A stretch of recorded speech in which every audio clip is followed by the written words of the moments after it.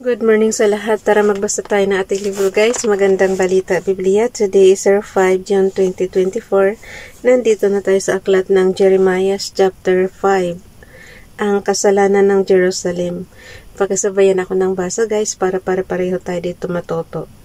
Hindi lang basta pagbabasa ang gagawin natin kundi intindihin din natin para sa sarili natin yung ating binabasa. Ang kasalanan ng Jerusalem, yun yung title. Jeremiah chapter 5 verse 1, Mga taga-Jerusalem, magmasid-masid kayo. Ang mga lansangan ay inyong libutin at ang buong paligid ay halughugin. Maghanap kayo sa mga pamilihan, may makikita ba kayong isang taong matuwid at tapat kay Yahweh? Kung mayroon kayong matatagpuan, patawad ni Yahweh sa Jerusalem ay gagawad. Verse 2, Nanunumpa nga kayo sa pangalan ni Yahweh, ngunit hindi taos sa inyong puso ang inyong sinasabi. Verse 3, Ang hanap ni Yahweh ay katotohanan. Pinarusahan niya kayo, ngunit hindi ninyo pinansin ang sakit. Pinahirapan niya kayo, ngunit hindi pa rin kayo nagbago. Ayaw ninyong talikuran ang inyong mga kasalanan dahil sa katigasan ng inyong ulo. Verse 4, Ang aking naisip, ang mga taong ito'y mga mahihirap at walang alam. Hindi nila alam ang hiniling ni Yahweh, ang utos ng kanilang Diyos. Verse 5, Pupuntahan ko ang mga may kapangyarihan at sila ay aking papakiusapan. Natitiyak kong alam nila ang kalooban ni Yahweh, batid nila ang ipinag-uutos ng Diyos, ngunit pati silang lahat ay naging suwael at tumanging sumunod sa kanyang mga utos.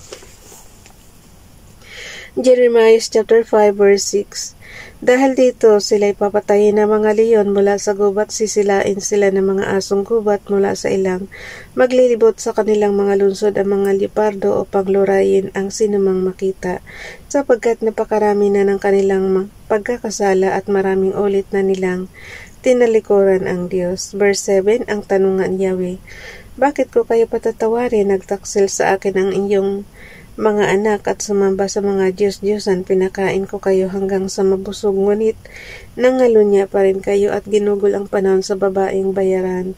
Verse 8, Tulad nila yung mga lalaking kabayo, nagpupumiglas dahil sa matinding pagnanasa sa asawa ng iba.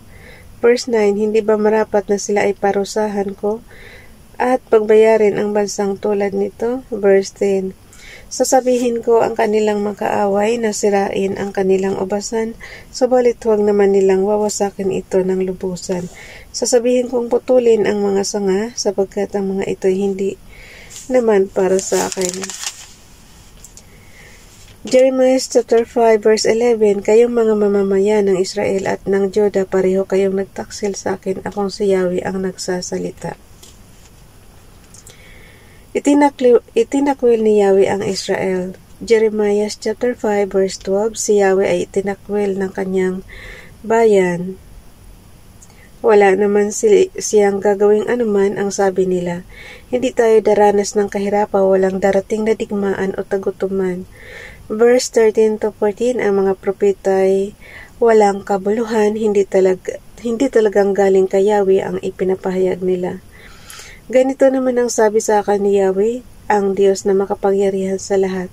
Dahil nilapastangan ako ng mga taong iyan, ang aking salitang lalabas sa iyong bibig ay magiging parang apoy. Sila'y parang tuyong kahoy na tutupukin nito.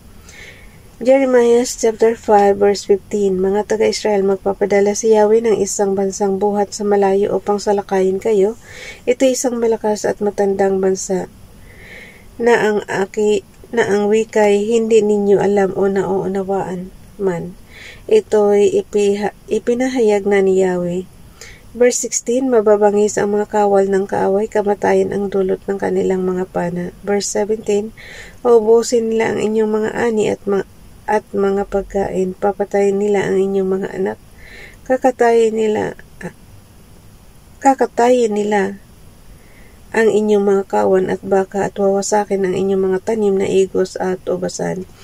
Dudurugin ng kanilang hukbo ang matitibay na lungsod na pinagkakanlungan ninyo. Verse 18, Gayon man, akong si Yahweh ang nagsasabing hindi ko lubusang papuksain ang aking bayan sa panahong iyon. Verse 19, Kung sila'y magtanong sa iyo, Jeremias, kung bakit ko ginawa ang lahat ng ito, sabihin mo, kung paanong tinalikuran ninyo si Yahweh at kayo naglingkod sa ibang mga Diyos samantalang nasa sariling lupain, gayon kayo maglilingkod sa mga dayuhan sa isang lupaing hindi inyo. Jeremiah chapter 5 verse 20. Ito muna yung title, Nagbabala ang Diyos sa kanyang bayan. Jeremiah chapter 5 verse 20. Sabihin mo sa mga anak ni Jacob, gayon din sa mga taga-Juda. Verse 21, makinig kayo mga hangal, may mga mata kayo ngunit hindi naman makakita, may mga tainga ngunit hindi naman makarinig. Verse 22, ako si Yahweh, hindi ba kayo natatakot sa akin o nanginginig sa presensya ko? Ako ang nagbigay ng buhangin upang maging hangganan ng karagatan, isang palagiang hangganan na hindi kayang bagtasin. Kahit magngalit ang dagat at tumaas ang mga alon, hindi sila makakalampas dito. Verse 23, ngunit kayo'y mapaghimagsik at matitigas ang ulo.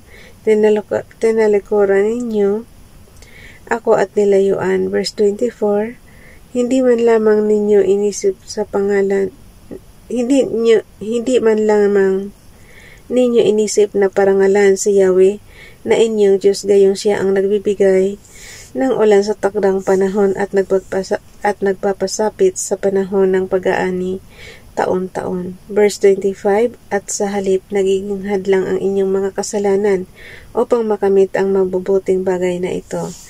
Jeremiah chapter 5 verse 26, tumira sa aking bayan ang manggagawa ng kasamaan, mga nanghuhuli ng ibon ang katulad nila. Ang pagkaiba lamang, mga tao ang binibitag nila. Verse 27, kung paanong pinupuno ng isang nanghuhuli ng ibon ang kanyang hawla. Gayon nila pinupuno ng mga ninakaw ang kanilang mga bahay, kaya naging mayaman sila at naging makapangyarihan. Verse 28, lagi silang busog at matataba. Sukdula na ang kanilang kasamaan. Verse 20, sukdula na ang kanilang kasamaan. Inaapi nila ang mga ulila at hindi makatarungan ang paglilitis na kanilang ginagawa. Hindi nila ipinagtatanggol ang karapatan ng mga kaawa-awa. Jeremiah chapter 5 verse 29. Dahil dito'y paparusahan ko sila, maghiganti ako sa kanilang bansa. Akong si Yahweh ang nagsasabi nito. Verse 30, nakakapangilabot at nakatatakot ang nangyayari sa buong lupain. Jeremiah chapter 5 verse 31. Pawang kasinungalingan ang pahayag ng mga propeta, ang kanilang utos ang sinusunod ng mga pare at hindi naman tumututol ang aking bayan. Subalit, ano ang gagawin ninyo kapag nagwakas na ang lahat? Bukas na itong chapter 6 guys. Pinaligiran ng mga kaaway ang Jerusalem.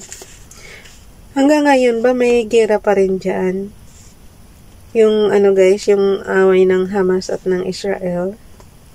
Sa generation natin yan ha. Ito kasi mga to, noong araw pa ito eh. Hindi pa tayo pinapanganak nito ng daan-daang taon. Okay, tomorrow is 06 June 2024. Kailangan may tanda para hindi tayo malito.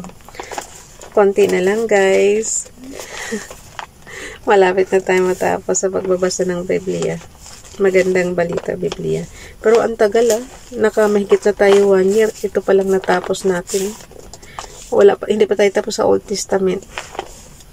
Nasa Jeremiah pa lang tayo. Bye everyone. God bless.